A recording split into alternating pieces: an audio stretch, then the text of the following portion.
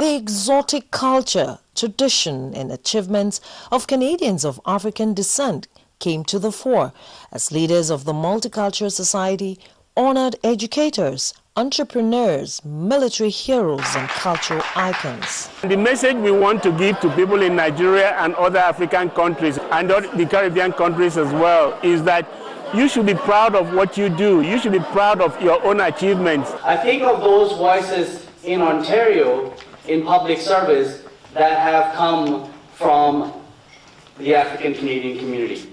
People like Lincoln Alexander, the first Black Canadian minister and member of parliament in our legislature. And although unfortunately we lost him last year, we do have now in Ontario January the 21st dedicated as the Lincoln Alexander Day every single year by an act of the legislature to remember and recognize his contribution.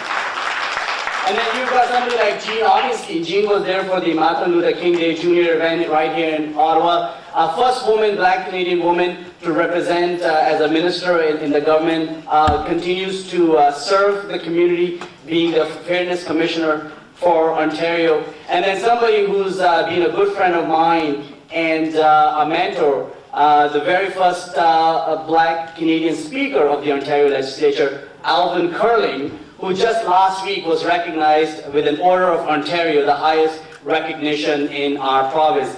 These are great voices. These are great stories of men and women who have served us and helped build this great country and our province.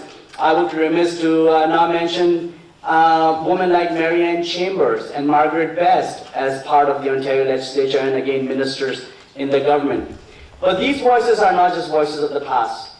Because if you look at just the Ontario Parliament today, you've got now young Black Canadians coming forward and taking on public service. Michael Coteau, I don't know how many of you know Michael Coteau. He's the Minister of Citizenship and Immigration today in Premier Wynn's government. Somebody of Jamaican ancestry, was a school board trustee in Toronto and serving our province so very well. As most recently from Scarborough, we also elected Mitzi Hunter, another young Black Canadian woman. So as I look at all these children, I say to you, please keep working hard and look at all these great Canadian voices in our community right here in our province who continue to serve and build this province, and there's so many more opportunities for every single one of you young people in this room to do the same. We are going to have a ceremony in July, which will be most probably on Mr. Mandela's birthday in July, to commemorate his contribution to global peace and dignity and respect and the treatment of all citizens of the world with justice and equality. Carter Godwin Woodson, an African-American historian, started the Black History Month as Negro History Week 88 years ago. It began in February, and Africans in North America still celebrate the month to answer the call of African ancestors to keep alive the African consciousness.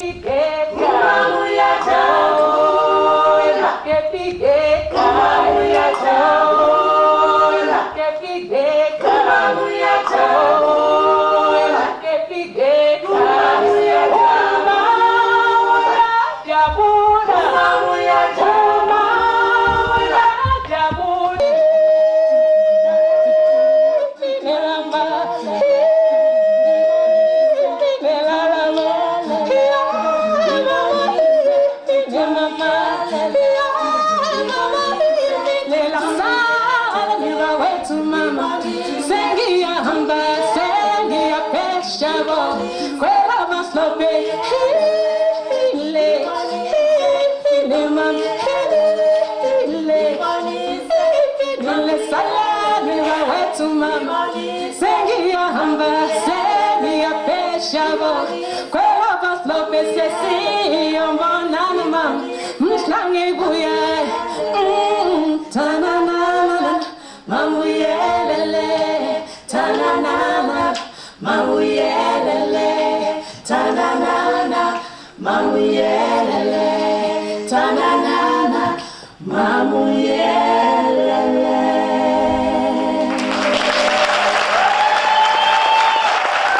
From the Library and Archives, Canada, Joy Usiago, NTA News.